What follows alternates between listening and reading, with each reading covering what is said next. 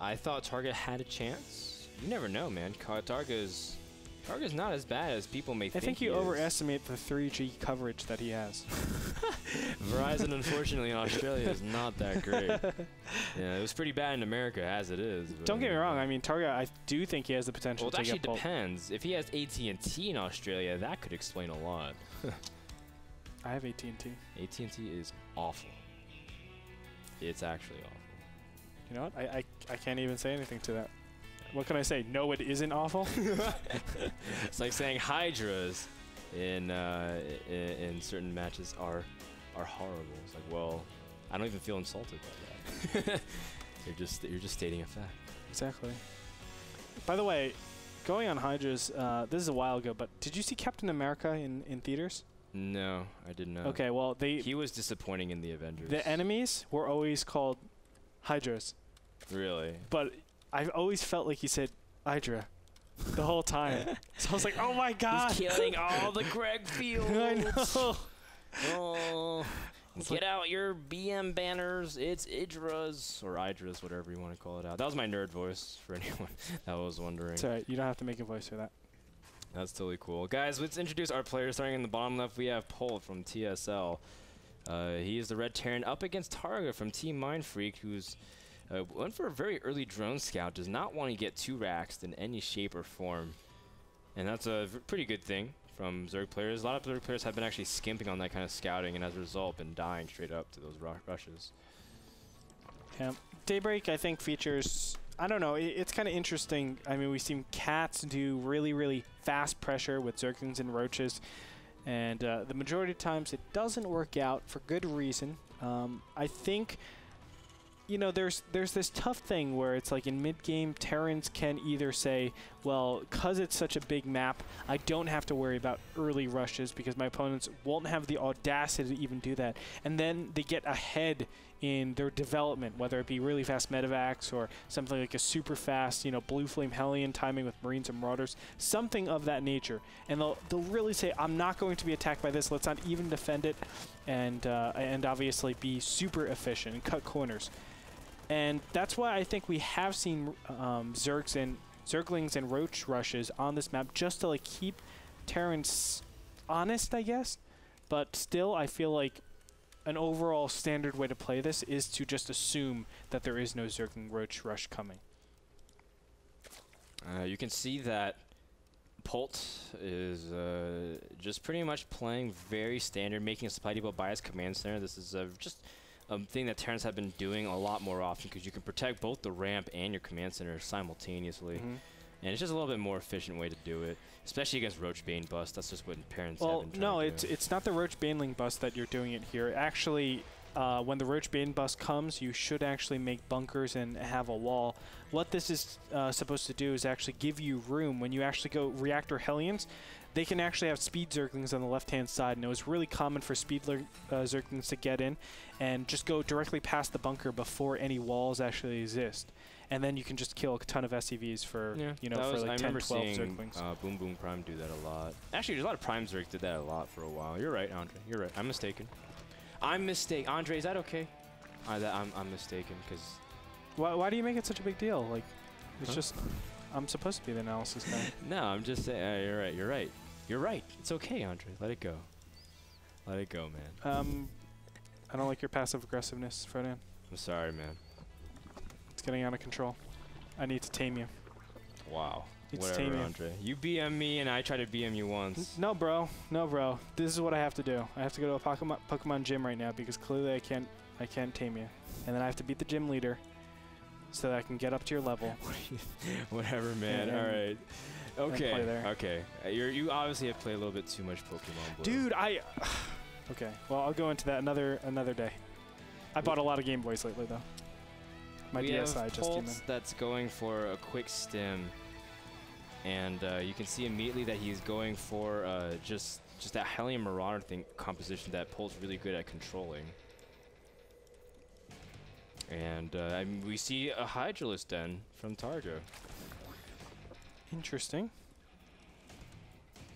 Obviously, we've been talking about this the whole time, like Hydras, Hydras, Hydras. No, I said that Targa loves Hydras. Yeah, I know. And he loves Nidus Tower.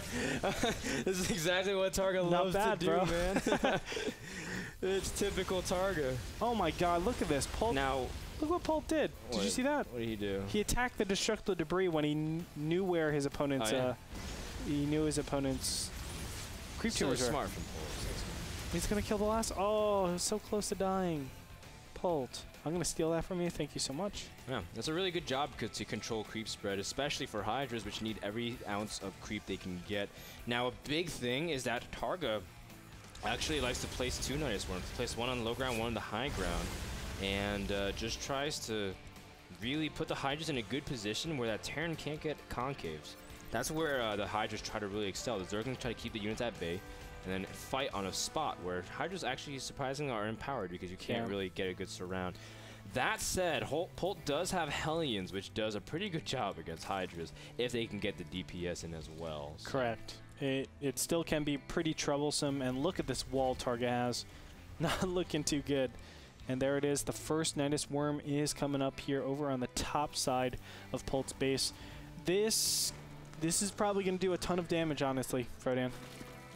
I don't know, man. It's looking pretty hard for now. At least Targa knows that his wall's not up. He's going to take out supply depots. These are going to be critical supply blocks for Polt. That's 32 supply that's not going to be able to be made for anything. The Hydra's doing a ton of damage, but he needs to back up because he is in bunker range. And now the Hellion's coming up from the behind. Beautiful shot. There's Transfuse. But is it going to be enough? I think Targa's actually going to lose here. Wow, these Hydras died so fast. I really don't think you should have gotten in range of that bunker. There's so much room over here. We can snipe out the orbital command center and really punish your opponent for not having a bunker all the way in the front here. Look at the Queens joining the Hydra list in unison for that refinery. He's also making Banelings, though. And Polt is actually going to be extremely pressured to make a move. Siege mode is about to finish, though. When Siege mode finishes, that's going to make a huge difference. Polt needs to wait for that time in order to have anything of effect. But you can see the Banes are trying to go in, but they're not really able to get there in time. Great targeting as well, and Hydras all fall one by one. Targa's attack is not really working that well anymore, but he did manage to break the front. Targa loses the remainder of his Hydras, and just like that, the Nidus Worm has been thwarted. Now a giant advantage for Polt. He's going to take this, probably push forward, in my opinion. There's no reason not to. Right now he needs to verify that his opponent has not taken a third. And once he does that, he should be able to just know that, okay, I'm okay. So Marines, Marauders, and Medevacs should push out pretty soon here and really start to target this bottom area. If he can just remove and sweep it in case of any third bases, then he should know that he's super far ahead and he's ready to obviously smash his opponent. And then Targa drops an infestation pit and goes Hydra Infester. This is like exactly watching the Cat series nonstop, where this is what he tries to do. He tries to tech up really, really quickly, and eventually, if he can't do damage to Terran, just sit back and try to use Nidus Worm mobility. The only problem is that Daybreak, the way the base layout is, there's not much room to really, finagle your way around. It's just like it's a small main compared to other maps, and so I think Targa really can't utilize Nidus Worm, at least for a while at this point.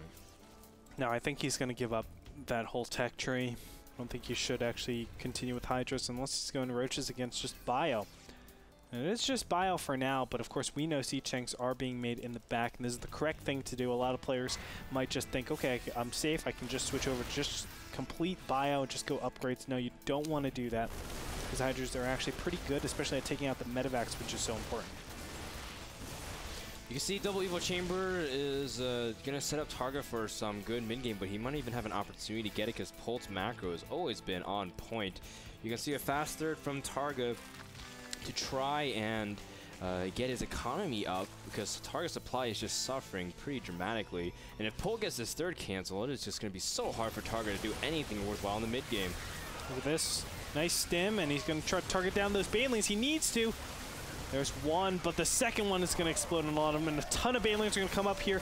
Nice fire! Wow. Focus fire on all those Banelings. Not a single one actually hits him after that. But it is Hydra Queen against Marines. Not a lot of Hydras, and he focus downs the Hydras super fast, so he can't even transfuse. Very well played by Polt, taking the huge advantage in this mid game. That's just so unfortunate because Baneling's speed finished just in time for those Banelings to die. Like, the Banelings were just about to get Baneling's speed to hit those Marines, and that could have been all the difference. That could be the difference between this third living and dying. But you can see Fungal's really trying to whittle down the remainder of the Marines, but to no avail. Oh, Polt leaving that hatchery just for a little bit, but with that, you can see Polt now getting his third base in the top left corner. And I'm actually kind of confused why Polt made his expansion so far up the top left. Do you have any insight, Andre? I've seen this a couple of times from him where he makes a planetary fortress up here, and when you're going something like Zergling and Fester, you can't really split up your army like that because you leave pretty valuable space for a lot of different timings. So is he going to go to the top left? Well, it doesn't really have a lot of good progressions into the natural, of course. You have to traverse the vertical distance of the map again. So maybe that's it, but still overall, I think he just feels super confident. Okay, fair enough. And you can see Polt at this point has an incredible supply advantage. When he has that 2-2 timing, there's almost nothing Targa can really do except fungal these Marines, except he doesn't even get to drop the fungals, and as a result, Targa loses almost every single piece of gas he has other than these two investors that just pop. Targa has almost no response to it. Great fungals, but no follow-up. And Polt, with that 2-2 timing, will be able to crush the remainder of Targa's forces in just a moment, unless Targa does something drastic. I think Targa's dead. I think that would be a safe assumption, Andre. Thanks, bro. But not one for the drama, so I don't think you could ever get a job at TNT. But we can see that Polt is still pushing up here, and yeah, I mean, just like you said, there's nothing really Targa can do. He's dropping a nice worm just outside his natural, just for kicks and giggles, but Targa kind of has to go back to the drawing board. As you can see the final moments of Polt killing a Targa. Good game, well played, gets called out, and Polt takes game number 2. And the series 2-0. Well played. Polt, well played, yeah. Well played. And, of course, Polt obviously looking really good in fighting fit form. He's going to take the win. Yeah, I haven't been playing too much Pokemon. Your Pokemon are fighting fit. You have been playing a lot of other games other than StarCraft too much. But yeah, you do play a lot of StarCraft still, which is, like, amazing. I don't even know how you play so much. It's because I wake up at 4 o'clock in the morning to play these games. 4 o'clock in the morning, you sleep at, like, 12, and you just, like, play games all day. That's why, man. I am a true nerd. He plays, like, 20 games StarCraft a day, plays, like 4 hours of Diablo and, like, 3 hours of Pokemon, while, like, browsing Reddit and Team Liquid. I'm pretty sure I play the most StarCraft still, though, which is insane because you see me playing Diablo quite a bit. You play the most I've been playing at least 15 games a day, Andre. I play a lot of games. Okay. I probably play more than you. In the mornings, bro. Wow. All right, Andre. I'll keep that to you. I'm going to, not throughout the season, though. I'm going to play more games than you throughout the season. Guys, our next series of the day will be Sheth versus Jinro.